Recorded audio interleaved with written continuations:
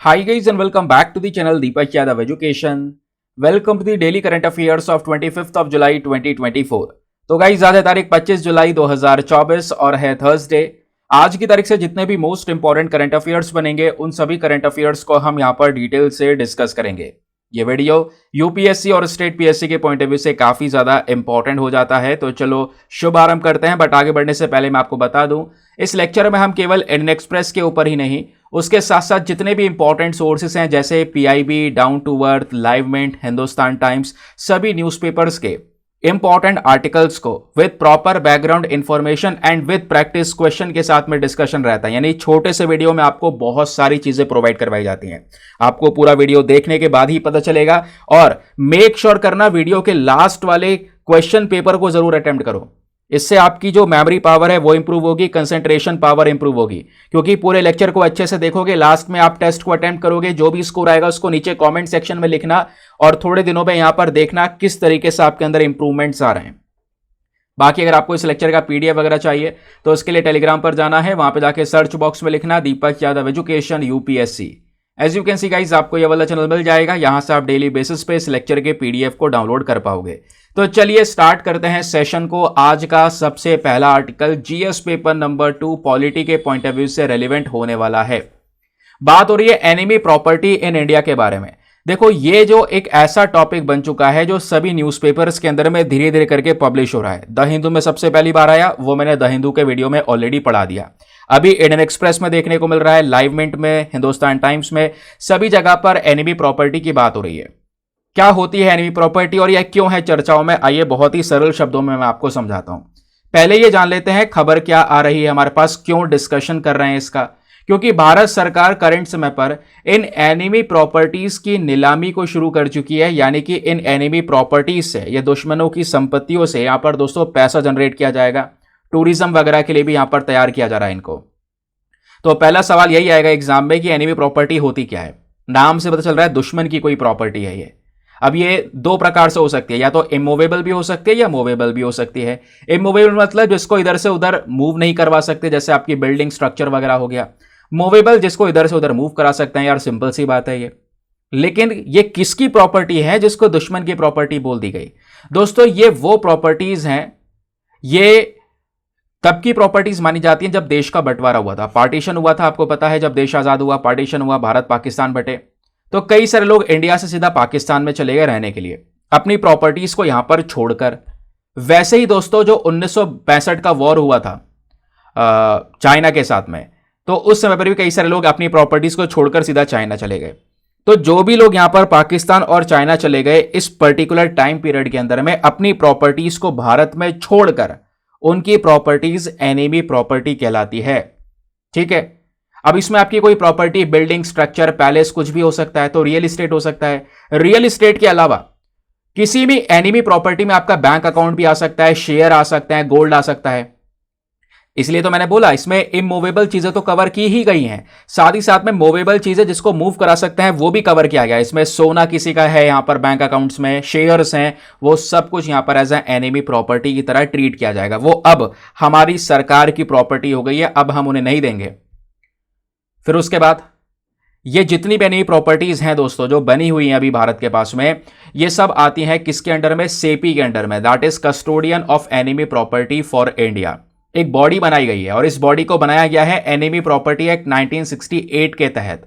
तो यही अथॉरिटी सभी एनिमी प्रॉपर्टीज को मैनेज करती है। अब दोस्तों इसी पर्टिकुलर एक्ट के अंदर में साल 2017 में एक बदलाव करा गया, अमेंडमेंट किया गया। और अमेंडमेंट के बेसिस पर यह बोला गया कि मान लो अब कोई व्यक्ति है जो इंडिया में था, जो चला गया यहां पर पाकिस्तान, बंटवारे के समय पर अपनी प्रॉपर्टी छोड़ गया, वो तो हो गई एनिमी प्रॉपर्टी। कुछ सालों बाद पता चला यार उसी इंसान का कोई उत्तराधिकारी है, उसका सक्सेसर है, वो कह रहा है कि भैया ये मेरे बाप दादा की प्रॉपर्टी है, मुझे चाहिए, हमारी सरकार से मांग कर रहा है। तो ऐसा हो सकता है क्या? नहीं दोस्तों, यही अमेंडमेंट किया गया क्योंकि ऐसी बहुत सारी मांगे उठ रही थी पहले। तो अमेंडमेंट कर दिया गया और बोला गया कि भैया कोई भी सक्सेसर कोई भी आ जाए और बोले कि नहीं हमारे दादा की, हमारे बाबा की या किसी की भी ये प्रॉपर्टी है, जो माइग्रेट कर चुके हैं पाकिस्तान, चाइना में, भाई वो ऐसी प्रॉपर्टी पे क्लेम नहीं कर सकता। क्लेम करते रहो, हम देंगे ही नहीं आपको। ठीक है। जो प्रॉपर्टी एनिमी है वो एनिमी प्रॉपर्टी का ही इंडिकेशन रहेगा, कोई भी सक्सेसर उसको क्लेम नहीं कर पाएगा। ये अमेंडमेंट यहां पर दोस्तों इसमें कर दिया गया। समझ गए इस बात को। अब अगर हम इसी अथॉरिटी, जो सेपी नाम की अथॉरिटी है जो हमारी एनिमी प्रॉपर्टीज को मैनेज करने का काम करती है, इसके अकॉर्डिंग बात करेंगे तो भारत में टोटल 13,252 एनिमी प्रॉपर्टीज हैं। 13,252 एनिमी प्रॉपर्टी, जिसकी टोटल वैल्यू 1 लाख करोड़ से ऊपर की है। एनिमी प्रॉपर्टीज की दोस्तों जो ऑक्शनिंग है, नीलामी है, वो गवर्नमेंट ने शुरू की है। अब जितनी भी यहां पर मैंने आपको बताया 13,000 के आसपास प्रॉपर्टीज, इनमें से ज्यादातर प्रॉपर्टीज दोस्तों उन लोगों की हैं जो पाकिस्तान माइग्रेट कर गए, और 100 के आसपास प्रॉपर्टीज उन लोगों की हैं जो चाइना माइग्रेट कर गए। अब जितनी भी ये प्रॉपर्टीज हैं 13,000 के आसपास, इनमें से सबसे ज्यादा एनिमी प्रॉपर्टी उत्तर प्रदेश में है, लगभग 5,982। ये highest number of enemy properties हैं। उत्तर प्रदेश के बाद दोस्तों वेस्ट बंगाल के पास में है, जिसके नंबर है 4,354 प्रॉपर्टीज। कुछ इस प्रकार से ये एनिमी प्रॉपर्टीज के फोटोज वगैरह भी आपको नजर आएंगे। क्लियर हो गया? आई होप आपको बहुत अच्छे से हर एक बेसिक पॉइंट समझ में आ गया है। कोई भी क्वेश्चन एग्जाम में आएगा आप उसको आराम से सॉल्व कर पाएंगे। चलिए एक और आर्टिकल जिसको हम प्लेसेस एंड न्यूज के पर्सपेक्टिव से देख सकते हैं। रवांडा के बारे में डिस्कशन हो रहा है, थंबनेल आपने देख लिया होगा। आइए रवांडा के बारे में हर एक बेसिक फैक्ट को, तथ्य को जानने की कोशिश करेंगे। अब क्वेश्चन यह है क्यों जानने की कोशिश करेंगे भैया? न्यूज क्या है हमारी? न्यूज यह है कि रवांडा के जो प्रेसिडेंट है पॉल कगामे, इन्होंने अपना खुद का ही रिकॉर्ड तोड़ दिया है। अपने जो पुराने इलेक्शंस जीते थे उसी इलेक्शंस के सारे रिकॉर्ड तोड़कर 99% से ज्यादा वोट यहां पर इनको मिल चुके हैं दोस्तों। इस वजह से रवांडा चर्चाओं में बना हुआ है। और ध्यान रखिए अफ्रीका में सबसे ज्यादा सिक्योर देश भी रवांडा है, सबसे ज्यादा सुरक्षित देश रवांडा है, यह हमारा इंटरनेट बोलता है। जबकि कई सारे कंट्रीज ऐसे हैं, सूडान की बात करें तो बहुत ही ज़्यादा घटिया हाल हैं। 2 दिन पहले द हिंदू का वीडियो मैंने आपको बना के बताया था कि क्या सिचुएशन वहाँ पे महिलाओं के साथ में हो रही है। लेकिन रवांडा सबसे सिक्योर कंट्री माना जा रहा है दोस्तों। ठीक है, तो अफ्रीका में रवांडा एक प्रकार का लैंडलॉक कंट्री है, यानी कि आसपास चारों तरफ देशों से घिरा हुआ है। पहले इस पर्टिकुलर लोकेशन को ध्यान से देख लीजिएगा, क्योंकि अफ्रीकन कॉन्टिनेंट से हर साल 1 से 2 क्वेश्चन मिलते ही मिलते हैं। पिछले 10 साल में क्वेश्चन पेपर देखोगे तो हर साल सवाल आया है अफ्रीकन कॉन्टिनेंट से। तो यहां पर यह है रवांडा, छोटा सा देश है दोस्तों। इसके आसपास कई सारे देश आपको नजर आएंगे। अब कई सारे देश कौन कौन से हैं? एक तो डेमोक्रेटिक रिपब्लिक ऑफ कॉन्गो है, इधर ऊपर युगांडा है, फिर इधर वेस्टर्न साइड में ईस्टर्न साइड में तांजानिया है, साउथ में बुरुंडी है। ये रहा रवांडा। इसकी कैपिटल है किगाली। बराबर में लेक है, lake Kivu, very very important. Rwanda में बहुत सारी झीलें पाई जाती हैं दोस्तों। जो नाइल नदी है वो भी यहीं से निकलती है, निकलती नहीं, इस पूरे एरिया को क्रॉस करती है। आगे मैं आपको इसके बारे में बताऊंगा। तो लैंडलॉक कंट्री क्यों बोलते हैं समझ गए? क्योंकि चारों तरफ देशों से घिरा हुआ है। इसको कई बार हम लैंड ऑफ 1000 हिल्स के नाम से भी जानते हैं। वेरी वेरी इंपॉर्टेंट क्वेश्चन बन जाएगा। और यहीं पे हम घबरा जाएंगे, यार ये क्या पढ़ लिया, ये तो था ही नहीं न्यूज में। पूछ लिया जाएगा कि बताइए हाल ही में एक देश न्यूज में था जिसको हम लैंड ऑफ 1000 हिल्स बोलते हैं, बताइए वो कौन सा देश है? वो है रवांडा। क्योंकि रवांडा में ज्यादातर यहां पे पहाड़ी इलाके ही देखने को मिलेंगे, ज्यादातर हिल्स और माउंटेन्स से ही पूरा रवांडा भरा हुआ है। बॉर्डर्स की बात करेंगे तो देख ही लिया है बॉर्डर हमने। 4 देशों के साथ में रवांडा बॉर्डर को शेयर करता है। पहला ऊपर नॉर्थ में है युगांडा, दूसरा ईस्ट में है तांजानिया, साउथ में है बुरुंडी और वेस्ट में है डेमोक्रेटिक रिपब्लिक ऑफ कॉन्गो। ये 4 कंट्रीज के नाम ध्यान रखिएगा। इसकी कैपिटल किगाली है। भाषा की बात करेंगे तो यहाँ की खुद की जो केन्या रवांडा है, फ्रेंच है, इंग्लिश है, इन भाषाओं का इस्तेमाल होता है। रवांडा फ्रैंक नाम की करेंसी यहाँ पर यूज हो रही है। और ध्यान रखिए दोस्तों, रवांडा पूरे अफ्रीकन कॉन्टिनेंट का सबसे डेंसली पॉपुलेटेड रीजन है, जहाँ पे सबसे ज़्यादा लोग कह सकते हैं बहुत घनी तरीके से रह रहे हैं। बहुत घनी आबादी यहाँ पर आपको यहाँ पे नजर आएगी, ऐसा मेंशन किया जा रहा है। प्लस रवांडा के अंदर में ज़्यादातर जो लोगों की आबादी है, कंट्री की जो पॉपुलेशन है, उसमें हुतू और तुत्सी ये दोनों ट्राइब्स आपको देखने को मिल जाती हैं। और दोनों ही ट्राइब्स में मेजोरिटी लोग क्रिश्चियनिटी को प्रैक्टिस करते हैं। फिर बात आती है गवर्नमेंट की। तो साल 2003 में रवांडा ने पूरा संविधान अडॉप्ट किया और उसके बेसिस पर अपना प्रेसिडेंशियल सिस्टम ऑफ गवर्नमेंट अपनाया। और उसी के बेसिस पे यहाँ पर इलेक्शंस होते हैं, प्रेसिडेंट चुनकर आते हैं सही तरीके से। वहीं पर अफ्रीकन कंट्री में कई सारे और भी देश है जहां पर मिलिट्री का तख्ता पलट है, उन्हीं के कंट्रोल में सारी चीजें हैं।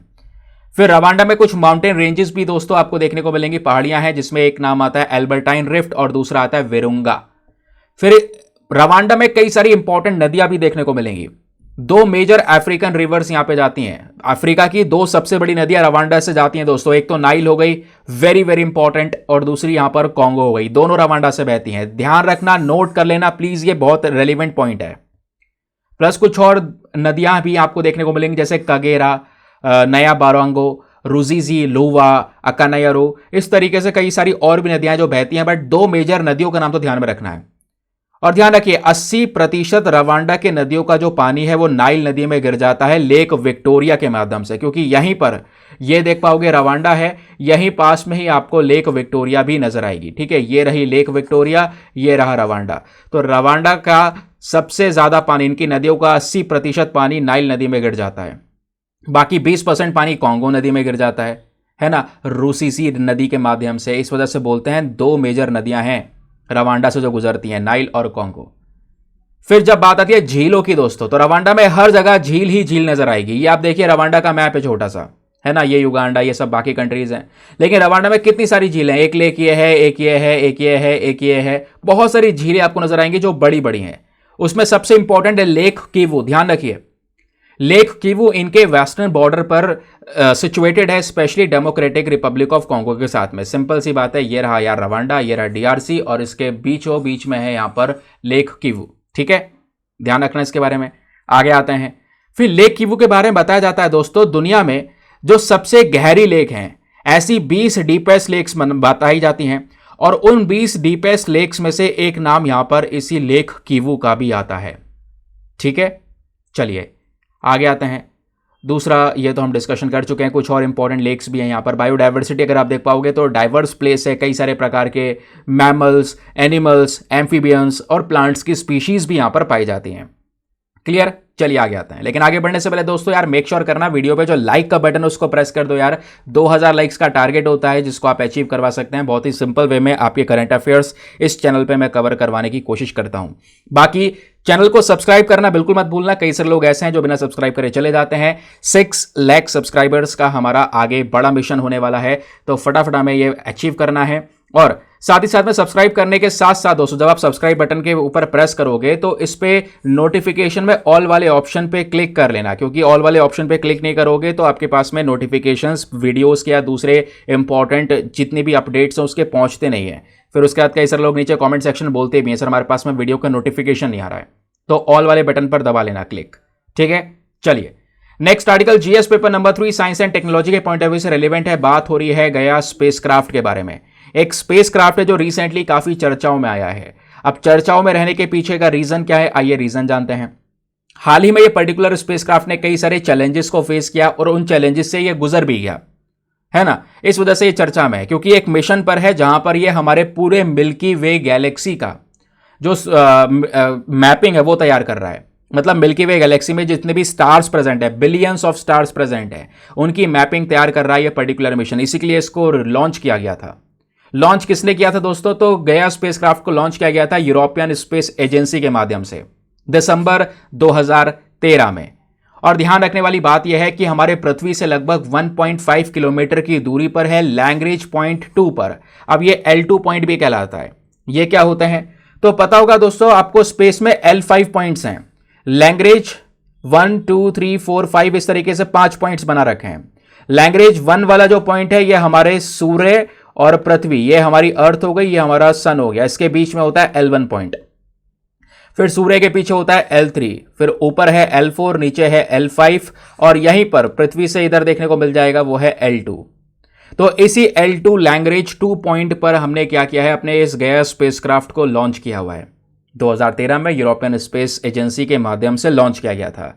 यह क्या करता है, यह हमारे स्टार्स को मॉनिटर करने का काम करता है, उनकी पोजीशन, डिस्टेंस, मूवमेंट कैसा हो रहा है और उन सितारों में ब्राइटनेस किस तरीके से चेंज हो रही है, उन सबको मॉनिटर करता है।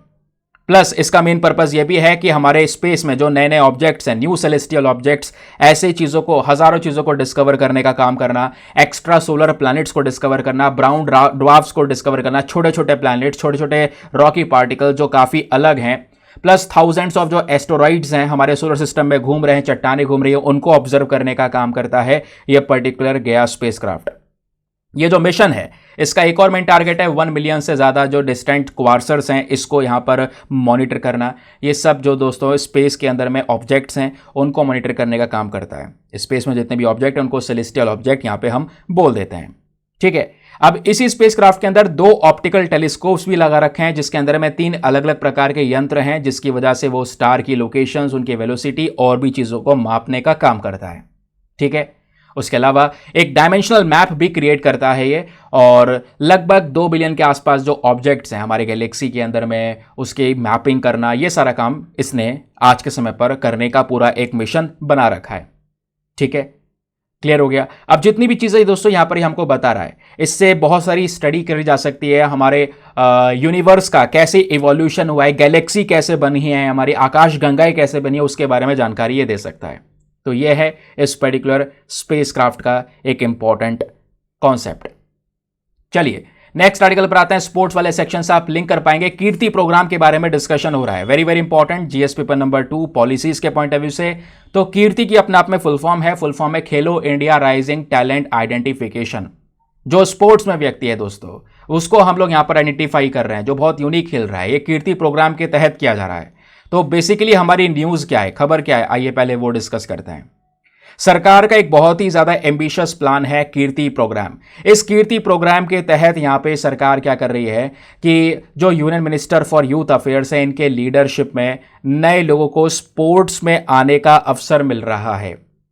तो इस प्रोग्राम के तहत हमारा मेन पर्पस यह है कि स्पेशली जो स्कूल में जाने वाले बच्चे हैं जिनकी उम्र 9 से 18 साल के बीच की है, तो ऐसे एज ग्रुप के बच्चों का जो मेन अगर मान लो उनका इंटरेस्ट है स्पोर्ट्स के अंदर में, तो उनके टैलेंट को छांट के निकालना, उस टैलेंट को और ऊपर लेकर जाना। वो बच्चा यहां पर देश के लिए काम करेगा, देश के लिए यहां पर उस पर्टिकुलर स्पोर्ट्स में खेलेगा। तो नेशन वाइड स्कीम है दोस्तों, ये पूरे देश में एप्लीकेबल होगी और इसका मेन पर्पस यही है कि हर एक कोने से, देश के छोटे से छोटे कोने से जो टैलेंट है उसको निकाल के लेकर आना, और इसी स्पोर्ट्स को, इसी खेलकूद को हम इस्तेमाल करें। क्योंकि आजकल हम देख पा रहे हैं स्कूल्स के अंदर मतलब 18 तक हो रहा है तो बच्चे यहाँ पर थोड़े बड़े हो जा रहे हैं, नशे की कगार में आ जा रहे हैं, एडिक्शन हो रहे हैं अलग अलग प्रकार के, तो उससे ही बचा जाएगा। क्योंकि दोस्तों यहाँ पर बच्चे को स्पोर्ट्स वाले फील्ड में उतारा जाएगा। तो यहीं पर हम कई सारे प्रकार के जो सेंटर्स वगैरह हैं वो भी लॉन्च करने वाले हैं। कई सारे जो एप्लीकेंट्स हैं इनको पहले फेज में इवैल्यूएट किया जाएगा, और स्पेशली 10 स्पोर्ट्स में यहां पर पहले हम बच्चों को चुनेंगे। और वो 10 स्पोर्ट्स कौन कौन से हैं? Athletics, boxing, wrestling, hockey, football and wrestling. अच्छा, 2 बार है ये। तो इस तरीके के कई सारे जो स्पोर्ट्स है वो चुने गए दोस्तों। मेन पर्पज यह है कि देश भर से पहले कई सारे बच्चों को आइडेंटिफाई करना, उनका टैलेंट को देखना है ना, फिर उसके बाद में उनके साथ में उनकी जो स्किल्स है उसको और ज़्यादा इंप्रूव करना, उनकी स्किल्स को रिफाइन करने के बाद में उनको और अल्टीमेट लेवल पर लेकर जाना, बड़े गेम्स खिलाना। यह हमारा मेन पर्पस होने वाला है, स्पोर्ट्स में पार्टिसिपेशन करवाना। तो क्लियर हो गया कीर्ति प्रोग्राम के बारे में ध्यान रखना। आगे आते हैं नेक्स्ट आर्टिकल पर। यहां पर बात हो रही है यूएन वाटर कन्वेंशन के बारे में। वेरी वेरी इंपॉर्टेंट, चाहो तो लिख लेना, इसको नोट बना लेना, क्वेश्चन बन सकता है। दोस्तों एक नया देश बन चुका है Ivory Coast. Ivory Coast basically एक अफ्रीकन कंट्री है, ठीक है, अफ्रीका में स्थित एक देश है। यह 10वां अफ्रीकन नेशन बन चुका है जिसने यूनाइटेड नेशन वाटर कन्वेंशन को ज्वाइन किया है। इस वजह से यहां पर यह चर्चाओं में है दोस्तों, ठीक है। 10वां अफ्रीकन नेशन जो यूनाइटेड नेशन वाटर कन्वेंशन को ज्वाइन कर चुका है वो है आइवरी कोस्ट। अभी आइवरी कोस्ट के बारे में हर एक बात बताऊंगा, लेकिन उससे पहले दोस्तों यूनाइटेड नेशन वाटर कन्वेंशन के बारे में बेसिक फैक्ट्स याद रख लो जो प्रीलिम्स के लिए रेलिवेंट है।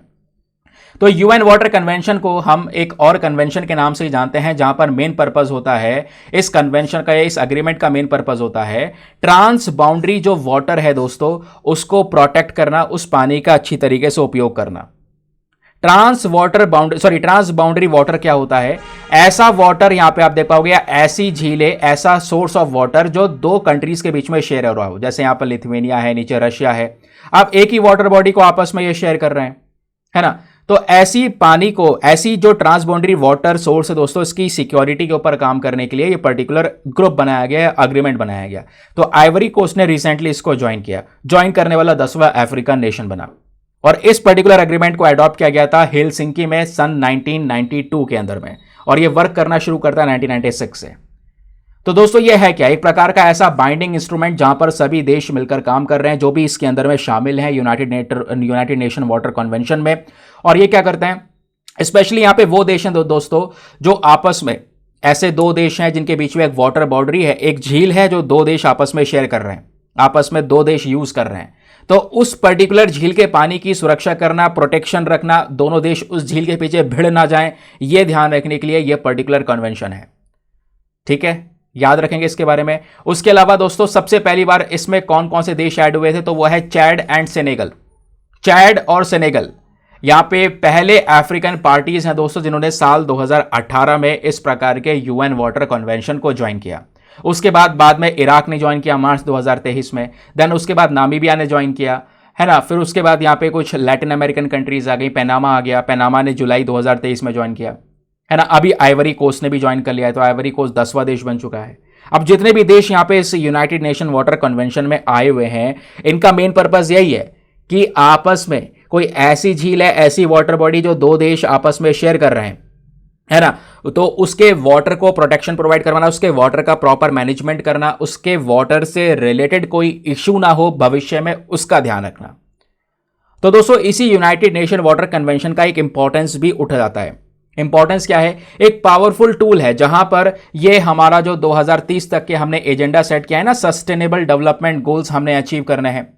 तो 2030 तक 17 गोल हैं जो दुनिया भर की कंट्रीज को अचीव करने हैं, तो उसमें हमारा टारगेट है वाटर मैनेजमेंट, तो वो भी हम पूरा कर रहे होंगे। तो ये इंपॉर्टेंस है इस कन्वेंशन का।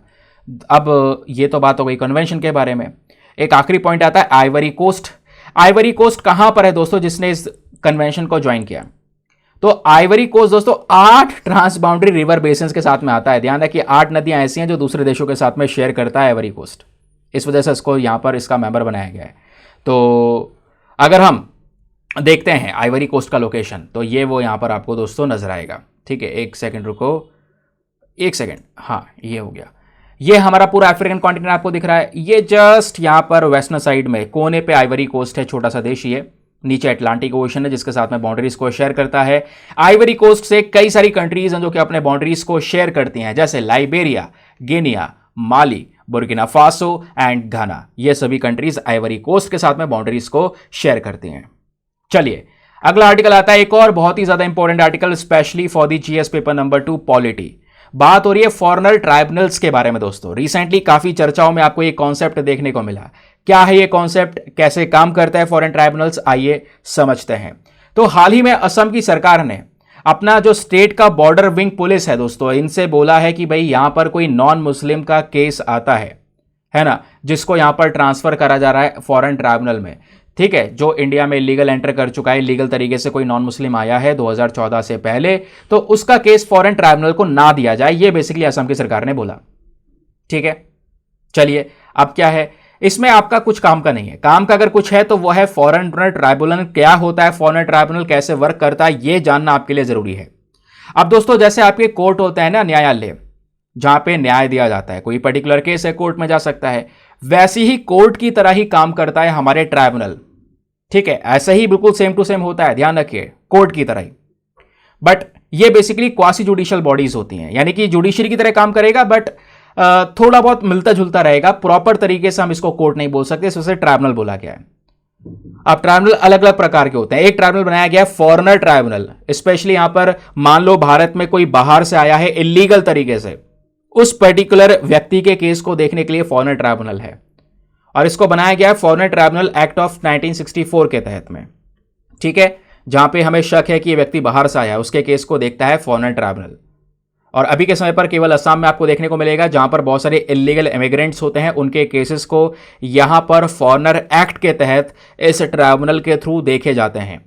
और मान लो यहां पर इस केस के अंदर में वो व्यक्ति वाकई में फॉरेनर पाया गया, तो क्या होता है उसके साथ में, अभी आपको थोड़ी देर में बताता हूं। तो दोस्तों ये ट्राइब्यूनल मान लो अगर बन गया है, तो इसमें कौन कौन व्यक्ति होता है, तो हर एक फॉरेनर ट्राइब्यूनल को हेड करने वाला एक व्यक्ति होता है जो जज होगा, जो हमारे जजेस से यहां पर लिया जाता है। फिर एडवोकेट हो गया, सिविल सर्वेंट्स हो गए, जिनको बहुत अच्छा जुडिशियल एक्सपीरियंस है, वो सब मिलकर इस ट्राइब्यूनल को चलाते हैं। और हमारी मिनिस्ट्री ऑफ होम अफेयर्स ने, गृह मंत्रालय ने पार्लियामेंट को साल 2021 में ऑलरेडी बोल दिया था कि लगभग 300 के आसपास फॉरेन ट्राइब्यूनल्स असम में हैं। बट असम की जो वेबसाइट है दोस्तों, वो ये बोलती है कि केवल और केवल 100 फॉरेनर ट्राइब्यूनल्स हैं जो काम कर रहे हैं। ठीक है, अब यहीं पर एक और रेलिवेंट चीज है, इस ट्राइब्यूनल की फंक्शनिंग कैसे है, इसका कार्य क्या है, काम कैसे करता है? तो 1964 का जो पर्टिकुलर लॉ है दोस्तों, ये जो ऑर्डर है, इसके अकॉर्डिंग अगर हम बात करेंगे तो फॉरेनर ट्राइब्यूनल के पास में जो ताकत आती है वो सिविल कोर्ट की तरह ही होती है कई सारे मैटर्स में, जैसे किसी को समन करना, बुलाना, उसके अलावा यहां पर किसी व्यक्ति के अटेंडेंस को लेकर पूरा मैटर देखना, तो ये सारे काम यहां पर ये फॉरेन ट्राइब्यूनल कर लेता है। इस ट्राइब्यूनल के अंदर में अगर आप देख पाओगे इंग्लिश या कोई किसी राज्य की जो ऑफिशियल स्टेट लैंग्वेज है उनका ज्यादातर इस्तेमाल किया जाता है। और सबसे इंपॉर्टेंट बात नोट करने वाली है दोस्तों, क्या इंपॉर्टेंट बात है कि मान लो कोई व्यक्ति है जिसका केस आया है, लग रहा है कि वो बाहर से आया है, वो फॉरेनर है, तो 10 दिन के अंदर अंदर यहां पर दोस्तों क्या करना पड़ेगा, इस पर्टिकुलर केस को देखना होगा। ठीक है, मतलब कहने की बात यह है कि जो हमारी स्टेट अथॉरिटी है, पहले स्टेट अथॉरिटी तो भेजेगी, पहले स्टेट अथॉरिटी यहां पे जैसे अभी बॉर्डर बैंक की बात हो रही तो स्टेट अथॉरिटी को अगर चिंता है उस विषय में कि भाई ये फॉरेनर है तो उसका पर्टिकुलर केस भेजा जाएगा इस ट्राइब्यूनल के अंदर में। फिर यहां पर वो जो ट्राइब्यूनल है वो 10 दिन के अंदर अंदर यहां पर वो जो केस है उस पर्टिकुलर केस को देखेगा। तो उस व्यक्ति के पास में लगभग 10 दिन होते हैं अपने नोटिस का रिप्लाई करने के लिए, यानी कोर्ट से नोटिस आ चुका है 10 दिन के अंदर अंदर, अब उसको रिप्लाई करना है, फिर बाद में कुछ और 10 दिन मिलेंगे कुछ एविडेंस वगैरह यहाँ पर प्रोड्यूस करने के लिए उस पर्टिकुलर केस में। तो ऐसे फॉरेन ट्राइब्यूनल के पास में लगभग 60 दिन मिल जाते हैं दोस्तों। 60 दिन के अंदर अंदर एक केस को यहाँ पर उसको हैंडल करना होता है। अब मान लो 60 दिन में वो फॉरेनर ट्राइब्यूनल केस को हैंडल नहीं कर पाया या उसके पास में कोई प्रूफ नहीं है, ठीक है, तो ध्यान रखिए यहाँ पर वो जो व्यक्ति है, मतलब कहने का मतलब यह है कि वो जो व्यक्ति है जिसके ऊपर केस चल रहा है उसके पास 60 दिन मिल गए लड़ने के लिए कि भाई यहाँ पे सबूत दे, अगर उसके पास में सबूत है कि हाँ मैं बाहर से नहीं आया हूं, मैं इंडिया का ही हूं, आईडी प्रूफ ऐसे कुछ यहाँ पे प्रूफ ऑफ सिटीजनशिप है, नागरिकता का यहाँ पर प्रूफ है, तो बच जाएगा। अब मान लो उसके पास कोई प्रूफ ही नहीं है, केस लड़ रहा है वो और 60 दिन हो चुके हैं, कोई भी प्रूफ नहीं दे पाया है, तो उसको उठाकर डिटेंशन सेंटर में डाल दिया जाएगा और डिटेंशन सेंटर से जहां से आया है वो व्यक्ति वहीं पे डिपोर्ट कर दिया जाएगा। तो यह है फॉरेनर ट्राइब्यूनल का कॉन्सेप्ट। चलिए आगे आते हैं। एक और इंपॉर्टेंट टॉपिक है दोस्तों, जीएस पेपर नंबर 3 एनवायरमेंट के पॉइंट ऑफ व्यू से आप इसको लिंक कर पाएंगे। बात हो रही है फेलोगैंथस सुधांशु शेखरी। ये बेसिकली एक व्यक्ति के ऊपर नाम है, प्लांट की स्पीशी का नाम है। एक प्लांट की नई स्पीशी पाई गई है जिस वजह से ये चर्चाओं में है। कहां पे पाई गई है? तो खबर यह है कि अरुणाचल प्रदेश के अंदर जो ईटानगर वाइल्ड लाइफ सेंचुरी है, यहां पर हमारे बॉटनिकल सर्वे ऑफ इंडिया के जो रिसर्चर्स हैं इन्होंने एक नई प्लांट की स्पीशी को डिस्कवर किया है और जो नए पौधे की स्पीशी डिस्कवर की गई है उसका नाम रखा गया है फेलोगैंथस सुधांशु शेखरी। ठीक है, तो ये इस वजह से चर्चाओं में है। तो क्वेश्चन बन जाए कि भैया ये क्या है, तो बता देना एक नई डिस्कवर्ड प्लांट की स्पीशी है। इसको कहां से डिस्कवर किया गया है? अरुणाचल प्रदेश के ईटानगर वाइल्ड लाइफ सेंचुरी से डिस्कवर किया गया है। इसका नाम इतना अजीब क्यों है? सुधांशु शेखरी नाम कैसे रख दिया गया? तो एक व्यक्ति है, इंपॉर्टेंट व्यक्ति, एक साइंटिस्ट है हमारे इस बॉटनिकल सर्वे ऑफ इंडिया के, नाम है इनका सुधांशु शेखर दास। ठीक है, इन्हीं को ऑनर करने के लिए इन्हीं का नाम दोस्तों यहां पर इस प्लांट को दिया गया है। क्यों? क्योंकि ये वो व्यक्ति हैं जिनका बहुत बड़ा योगदान है हमारे हिमालयन रीजन के अंदर में बड़ी बड़ी रिसर्च को लेकर या प्लांट्स के कॉन्ट्रीब्यूशंस को लेकर, तो इस वजह से इनका नाम रखा गया है। उसके अलावा ईटानगर वाइल्ड लाइफ सेंचुरी की जब बात करते हैं तो ये अरुणाचल प्रदेश में है। अरुणाचल प्रदेश हमारा नॉर्थ ईस्ट इंडियन स्टेट आपको नजर आएगा, यह है अरुणाचल प्रदेश। अरुणाचल प्रदेश को दोस्तों अगर हम जूम करके देखें तो 2 इंटरनेशनल बाउंड्रीज हैं, 2 क्या 3 इंटरनेशनल बाउंड्रीज हैं। ऊपर चाइना है, नीचे भूटान है, फिर इधर म्यांमार है। बाकी असम और नागालैंड के साथ में भी अरुणाचल प्रदेश बाउंड्रीज को शेयर करता है। यहीं पर ईटानगर वाइल्ड लाइफ सेंचुरी है और ईटानगर वाइल्ड लाइफ सेंचुरी एक प्रोटेक्टेड एरिया है। कहां पर? अरुणाचल प्रदेश की जो कैपिटल सिटी है उसी के जस्ट पास में एक जगह है नाहरलगुन, वहीं पर आपको यह देखने को मिल जाएगा। ठीक है, अब ईटानगर वाइल्ड लाइफ सेंचुरी दोस्तों यहां पर कह सकते हैं एक बहुत बड़ा एरिया है और यहाँ पे कई सारी नदियाँ आपको देखने को मिलेंगी। पाम रिवर देखने को मिलेगी ईस्ट में, फिर साउथ में है पचिन रिवर, देन नॉर्थ ईस्ट में है न्योरोची, देन नॉर्थ में आपको देखने को मिलेगा चिंके स्ट्रीम। इस तरीके से कई सारी नदियाँ हैं जो इसके बॉर्डर्स पर नजर आती हैं। तो ये था यहाँ पे हमारा ये भी पर्टिकुलर आर्टिकल। तो दोस्तों ये था हमारा डिस्कशन। आई होप आपको मजा आया होगा और बहुत सारी जानकारी आपको थोड़े समय पर मिल गई होगी और अच्छे से मिल गई होगी। अब चलिए देखते हैं आपने कितने अच्छे सारी चीजों को सुना है, कंसंट्रेशन किस लेवल पर था आपका। एक एक करके मैं आपको क्वेश्चन देने वाला हूं, उसके आंसर नीचे कमेंट सेक्शन में देते हुए चलना। फिर लास्ट में एक साथ सभी क्वेश्चन के आंसर मैं आपको बताऊंगा, उसको रीचेक करना, रीमैच करना, देखना कितने सही किए और कितने गलत किए हैं। फिर फाइनली अपना स्कोर नीचे कॉमेंट सेक्शन में लिखना, पता चलेगा आपने क्या किया है आज के इस लेक्चर में, क्या सीखा है क्या नहीं सीखा। क्वेश्चन नंबर 1, तो हाल ही में यहां पर एक कह सकते हो न्यूज में एक वर्ड चर्चाओं में है जिसका नाम है फालोगैंथस सुधांशु शेखरी। ये क्या है? ऑप्शन नंबर ए, एक नया डिस्कवर्ड बर्ड की स्पीशी है, या ऑप्शन नंबर बी, एक नए इंसेक्ट की स्पीशी है, या ऑप्शन नंबर सी, एक नई आइडेंटिफाई फिश की स्पीशी है, या ये एक डिस्कवर्ड प्लांट की स्पीशी है जो नॉर्थ ईस्ट इंडिया से मिली है। तो बताइए इसका सही उत्तर क्या होना चाहिए। बहुत ही सरल क्वेश्चन। नेक्स्ट क्वेश्चन यहां पे बात करता है रवांडा के बारे में। तो रवांडा से रिलेटेड आपके पास में दो स्टेटमेंट्स है, बताइए दोनों में से कौन सा स्टेटमेंट सही है। पहला, क्या रवांडा एक लैंडलॉक कंट्री है जो कि लोकेटेड है नॉर्थ वेस्टर्न अफ्रीका में। दूसरा स्टेटमेंट, रवांडा में दो मेजर अफ्रीकन रिवर्स गुजरती हैं यहां रवांडा से, जिसका एक है नाइल और दूसरी है कॉन्गो। तो बताइए दोनों में से कौन सा स्टेटमेंट सही है। Option number A 1 only, B 2 only, C दोनों सही है, या फिर डी दोनों गलत हैं। नेक्स्ट क्वेश्चन बात करता है गया स्पेसक्राफ्ट के बारे में। तो गया स्पेसक्राफ्ट को लेकर दो स्टेटमेंट से, बताइए दोनों में से कौन सा स्टेटमेंट सही है। पहला स्टेटमेंट बोलता है कि इस पर्टिकुलर स्पेसक्राफ्ट को लॉन्च किया गया था यूरोपियन स्पेस एजेंसी के माध्यम से। दूसरा स्टेटमेंट बोलता है कि इसको L2 पॉइंट, लैग्रेंज 2 पॉइंट पर लॉन्च किया गया है ताकि हम वहां पर डिस्कवर कर सकें एक्स्ट्रा सोलर प्लैनेट्स को और ब्रॉन ड्राफ्ट्स को। तो बताइए दोनों में से कौन सा स्टेटमेंट सही है। Option A 1 only, B 2 only, C दोनों सही हैं, या फिर डी दोनों के दोनों गलत हैं। अगला प्रश्न बात करता है फॉरेनर ट्राइब्यूनल के बारे में। तो फॉरेनर ट्राइब्यूनल के रेफरेंस में अगेन आपके पास में 3 स्टेटमेंट है, बताना है तीनों में से कितने स्टेटमेंट सही हैं। कितने, हाउ मेनी, ध्यान रखना। पहला, फॉरेनर ट्राइब्यूनल एक क्वासी जुडिशियल बॉडी है जिसको फॉरेनर ट्राइब्यूनल ऑर्डर 1964 के तहत बनाया गया।